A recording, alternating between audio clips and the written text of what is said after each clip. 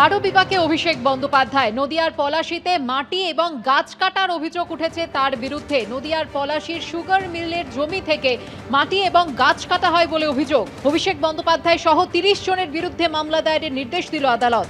অভিষেক বন্দ্যোপাধ্যায় ছাড়াও নাম রয়েছে প্রাক্তন বিধায়ক হাসানুজ্জামান শেখের। তালিকায় বিধায়ক আলিফা আহমেদ সহ মোট ৩০ জনের নাম রয়েছে।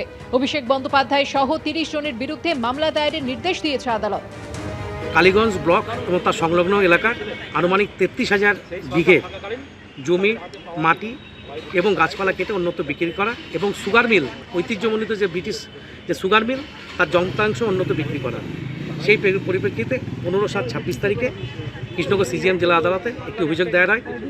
আদালত কালীগঞ্জ থানাকে তদন্তের নির্দেশ দেন। সেই তদন্তের পরিপ্রেক্ষিতে আজ রিপোর্টের দিন ছিল 12/8/26 তারিখ। সেই আদালত সেই রিপোর্ট আসার পর দুই পক্ষে সওয়াল জবাব হওয়ার পর মাননীয় সিজিএম জেলা আদালত তরুণ কুমার মণ্ডল এফআইআর দায়ের লজ করেন। যেহেতু এটা 175+3-তে মামলাটা দায়ের হয়েছে এবং পুলিশ সেক্ষেত্রে যা যা ধারা সেখানে প্রযোজ্য হবে সেই ধারায় বজায় হবে। কালীগঞ্জ বিধানসভায় যে খৈতান কোম্পানির যে ভেস্টেজ ল্যান্ড রয়েছে 33,000 একর বিঘা, তার যে ক্ষয়ক্ষতি হয়েছে তার আগে একাধিকবার দুর্নীতি রিপোর্ট করেছেন, কারো কোনো বিচার পায়নি। যার কারণে আমি এখন 15/7/2026-এ এই সিজিএম আদালতে মামলা করি। মামলা করার পরে কোর্ট তার ইনভেস্টিগেশন রিপোর্ট চাই এলাকার প্রশাসনকে এবং 12/8-এ তার আজকে ডেট ছিল।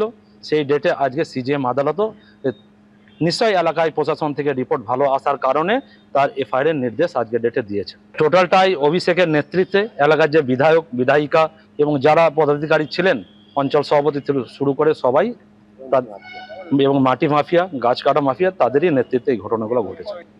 মাটি এবং গাছ কাটার অভিযোগ নিয়ে কালীগঞ্জের বিধায়ক আলিফা আহমেদ কি বলছেন দেখুন। দেখুন, এই ভোট নিয়ে এরপর তো পুরো বাংলা জুড়ে একটা প্রতিহিংসার রাজনীতি চলছে।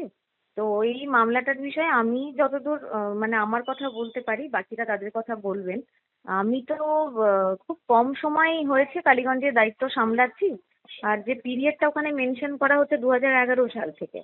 আমি এখানে উপনির্বাচনে জয়ী হয়ে 2025 সালে কালীগঞ্জে ঢুকেছি। আর আমি এইসব ব্যাপারে আমার কোনো ধারণাই নেই। আমার কাছে এটা সম্পূর্ণ রাজনৈতিক একটা প্রতিহিংসা। যিনি মামলাটা করেছেন লঞ্চ, তিনি ক্যান্ডিডেট ছিলেন বিজেপি।